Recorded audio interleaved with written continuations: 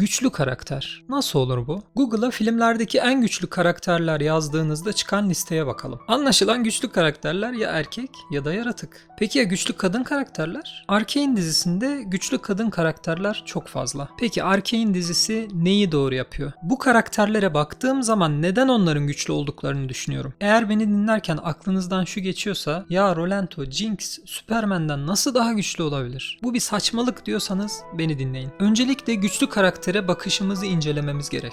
Güç denince aklınıza sadece fiziksel güç geliyorsa evet, en güçlü karakter Superman olabilir. Ama bu çok sığ bir bakış olurdu. Mesela bu karaktere baktığımda çok güçlü bir karakter diyorum. Çünkü Walter ayrıntılara önem veren biri. Çalışkan, zeki ve bilgili. Bu adamın insanüstü güçleri yok. Fiziksel olarak güçlü bir karakter değil. Buna rağmen izlerken gücünü hissedebiliyorum. Çünkü bu güç pek çok şey olabilir. Say my name. Heisenberg. You're goddamn right. Kararlılık, zeka, acımasızlık, titizlik gibi özellikler de izleyicinin gözünde bu karakterlere güç kazandırabilir. Edge of Tomorrow en sevdiğim filmlerden biridir. Burada da bence güçlü bir kadın karakter var. Angel of Verdun. Yani Rita Vertavsky.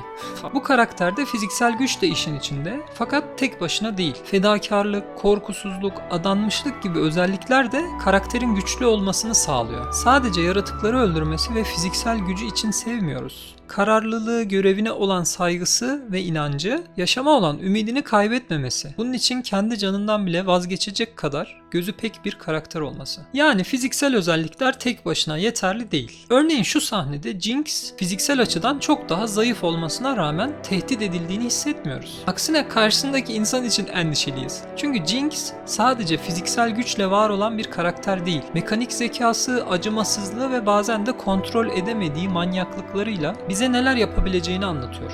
Filmimize sadece kaslı ya da aksiyon filmlerindeki erkek gibi davranan bir kadın karakter koymak güçlü kadın karakter demek değildir. Bu karakterin kendi kişiliği var mı? Aldığı kararlar filme etki ediyor mu? Yani filmin hikayesine ya da diğer karakterlere bir etkisi var mı? Zayıflıkları ve güçlü yönleri nelerdir? Karakter film içerisinde etkisiz bir eleman mı? Yoksa bu dünyada yaşadığını ve etkisinin olduğuna bizi inandırıyor mu? Karakter zarar görüyor ya da zarar veriyor mu? Bu soruları ne kadar fazla cevaplarsa o kadar güçlü bir karakter olduğunu düşünüyorum ben. Güçlü kadın karakter yazarken aklına maço tavırlar gelen bir yazar zaten güçlü erkek karakterlerini de yanlış değerlendiriyordur. Erkek tavırları sergileyen kadın karakter yazarak güçlü bir kadın karakter oluşturulamaz. Bu arada genelde kadın karakterleri güçlü göstermek adına yapılan bir yanlışı da söylemek istiyorum. Mesela bir sahnede kadın karakter erkek karakteri aşağılıyor. Bu davranış kadın karakterin güçlü olduğunu göstermez bence. Hatta izleyen de bunu hissetmiyordur. Bir diğerini de Marvel filminden bir sahneyle anlatmak istiyorum.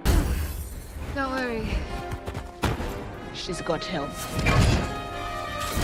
Kadınlar aynı sahnede toplanıp bir şey dediler mesela. Bunun film için bir önemi var mı? Olaylara etkisi var mı? Kadınlar birbirinden destek almadan özel güçlerini kullanamıyorlar mı? Hayır. O zaman bu sahnenin işlevi ne? Eğer karakterler güçlü olsaydı bu sahneye zaten ihtiyaç duyulmazdı. İzleyici bunu hissederdi. Gerçek güçlü karakter böyle olur. Bu sahnelerin tek amacı işlevi, reklam, pazarlama, belli bir kesimi etkilemek ve filmi izletmek. Üzerinden maddi kazanç sağlamak. Bu sahneyle güçlü kadın karakter oluşturulmadığı gibi gerçek hayattaki güçlü kadın karakter azlığı sorununa da çözüm getirmiyorlar kesinlikle. Bu iki konuyu da konuşmak, araya sıkıştırmak istedim çünkü canımı sıkan bir şey ve dediğim gibi hiçbir şeye de yararı yok. Asıl problemlere de bir çözüm oluşturmuyor. Artık gelelim asıl konumuza. Arcane dizisi neyi doğru yapıyor da bu karakterlerin hepsi güçlü karakterler oluyor. Arcane genelde yapılan erkeği karizmatik yapalım, kadının hiçbir etkisi olmasın ya da kadın güçlü olsun, erkeği aşağılasın gibi önce cinsiyeti düşünülüp ardından karakter oluşturmuyor. Önce karakterleri düşünüp kişiliklerini sağlamlaştırıp hikayeyi onlar çevresinde kuruyor.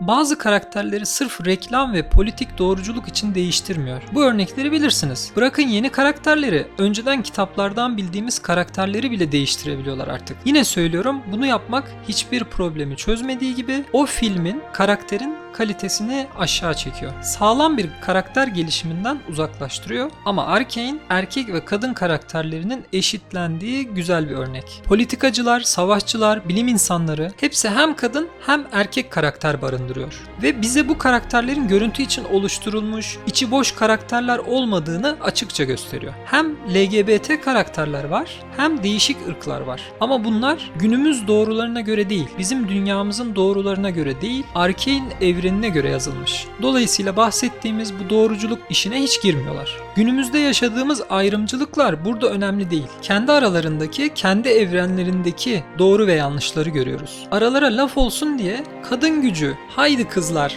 gibi reklam kokan ve aslında problemi umursamayan bir replik koymuyor. Arcane karakterleri gücün farklı yönleriyle ele alınıyor. Başta söylediğimiz gibi sadece fiziksel olarak değil. Politik açıdan güçlü kadın, duygusal açıdan güçlü kadın, fiziksel açıdan güçlü kadın ya da bunların karışımı olan birçok karakter. Ve ele alındığı bu konularla da sınanıyor bu karakterler. Zarar görüyorlar ya da zarar veriyorlar. Bazı olayların akışını değiştirip hikaye içinde değişikliklere sebep oluyorlar. Şu an Jinx mutlu, şu an Jinx sinirli, şu an Jinx salya sümük ağlıyor, şu an Jinx çok cool ve zeki. Jinx'in ağzı yüzü dağılmış, ölmek üzere. Jinx artık tamamen kötü mü? Ama kötü olmasının sebebi küçüklüğünde yaşadığı travma değil miydi? Bu aslında Jinx'i gerçek bir kötü mü yapar? Yoksa bu Jinx'in kendi tercihi miydi? Dış etmenler mi Jinx'i buraya sürükledi? İşte kompleks ve güçlü bir karakter bu soruları sordurur. Sizin bildiğiniz içinde güçlü kadın karakterler olan diziler, filmler, animeler varsa ki anime de bunun için güzel bir örnek, bunları mutlaka yorumlara yazın, birlikte tartışalım.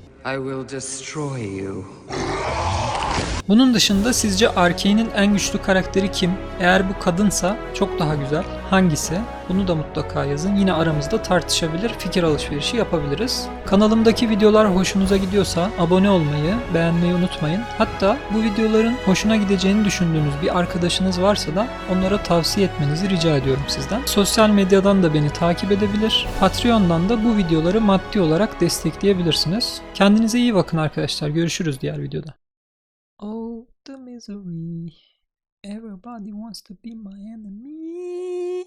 Spare the sympathy. Everybody wants to be my enemy. E, e, e, e. Look out for yourself.